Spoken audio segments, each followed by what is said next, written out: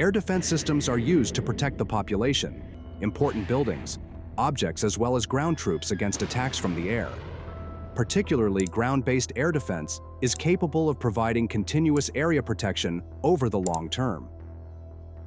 As Ukraine continues to face waves of aerial threats from Russia, the arrival of Germany's Iris-T SLS marks a significant boost to its air defense capabilities. But how does the Iris-T can effectively counter Russia's evolving missile and drone tactics?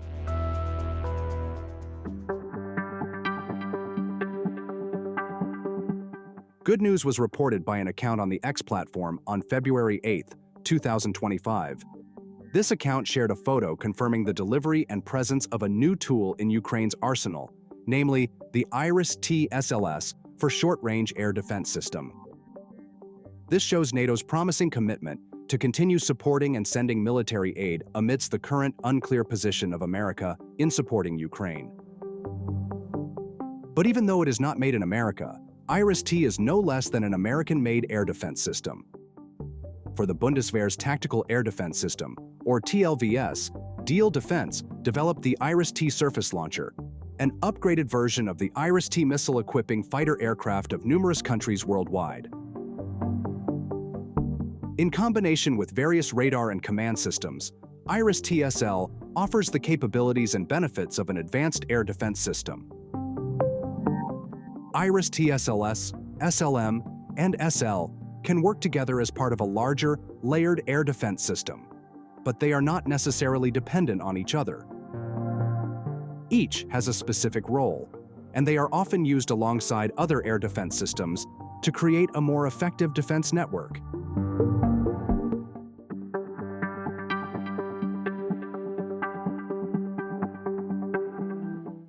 As Russia ramps up its missile and drone production, Ukraine faces an increasingly complex challenge in defending its territory.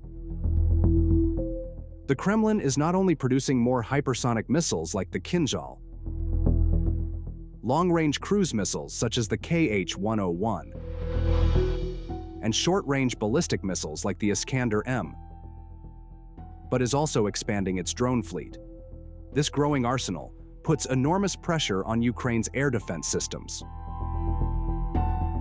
So, can Ukraine rely solely on the Iris-T SL to fend off these evolving threats? To answer this, it's important to understand the nature of these Russian weapons. The Kinzhal hypersonic missile is one of the most dangerous threats. It can travel at speeds exceeding Mach 10, making it extremely difficult to intercept using traditional air defense systems. Hypersonic missiles like this can maneuver mid-flight, further complicating interception attempts. Then, there is the Kh-101, a stealthy, long-range cruise missile designed to fly at low altitudes, evading radar detection. Unlike the Kinzhal, it does not rely on speed, but on its ability to remain hidden until it reaches its target. The Iskander-M ballistic missile, on the other hand, is designed to strike critical infrastructure with high precision. Unlike conventional ballistic missiles, the Iskander can change its trajectory mid-flight, making it harder for air defense systems to predict and counter its path. Alongside these missiles, Russia is also deploying swarms of Shahed 136 drones, which are slower and much cheaper than cruise missiles, but are used in large numbers to overwhelm Ukrainian defenses and target power stations, fuel depots, and military positions. Against these threats, the Iris-T SL has both strengths and weaknesses.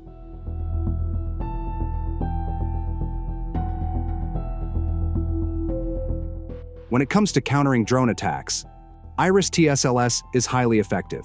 It has a quick reaction time and infrared-guided missiles, making it well-suited to track and destroy low-flying drones like the Shahed 136 before they can cause significant damage.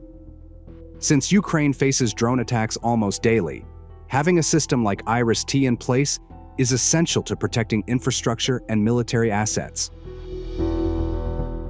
The system also performs well against cruise missiles such as the Kh-101. Since these missiles fly at low altitudes, they fall within Iris-T's engagement range. and the system's infrared sensors allow it to track and intercept them before impact. However, there is a limitation. If we compare with the missile power, IRIS-T SLS and SLM have a relatively short range of around 12 to 40 kilometers. To provide effective coverage, multiple systems must be positioned strategically near critical targets like major cities, power plants, and military bases. If a cruise missile is launched from a long distance and Ukraine's defense network is spread too thin, there is a risk that some missiles may still get through. Despite its effectiveness against drones and cruise missiles, IRIS-TSL is not capable of intercepting Russia's most advanced hypersonic missiles. The Kinzhal's extreme speed and unpredictable trajectory place it beyond the engagement limits of IRIS-T. To successfully counter such a threat, Ukraine must rely on high-end air defense systems like the Patriot and the SAMP-T, which use hit-to-kill technology to destroy incoming ballistic and hypersonic missiles. Similarly, the Iskander ballistic missile poses a serious challenge. Since it is designed to perform evasive maneuvers mid-flight, IRIS-T's engagement speed and range are not sufficient to effectively stop it. Once again, long-range air defense systems are needed to handle this category of threats. Given these realities, Ukraine cannot depend on IRIS-T alone to safeguard its airspace. Instead, it must adopt a layered air defense strategy that combines different systems to protect against various threats. The IRIS-T is crucial for defending against drone swarms and low-flying cruise missiles. But for more advanced threats like the Kinzhal and Iskander, Ukraine needs systems like the Patriot and SAMP-T. Additional mid-range systems, such as NASAMS, can further strengthen the country's air defenses by covering the gaps between short and long-range systems. Ukraine's ability to integrate multiple systems into a layered defense will be key to maintaining control over its skies and countering Russia's intensifying missile and drone attacks.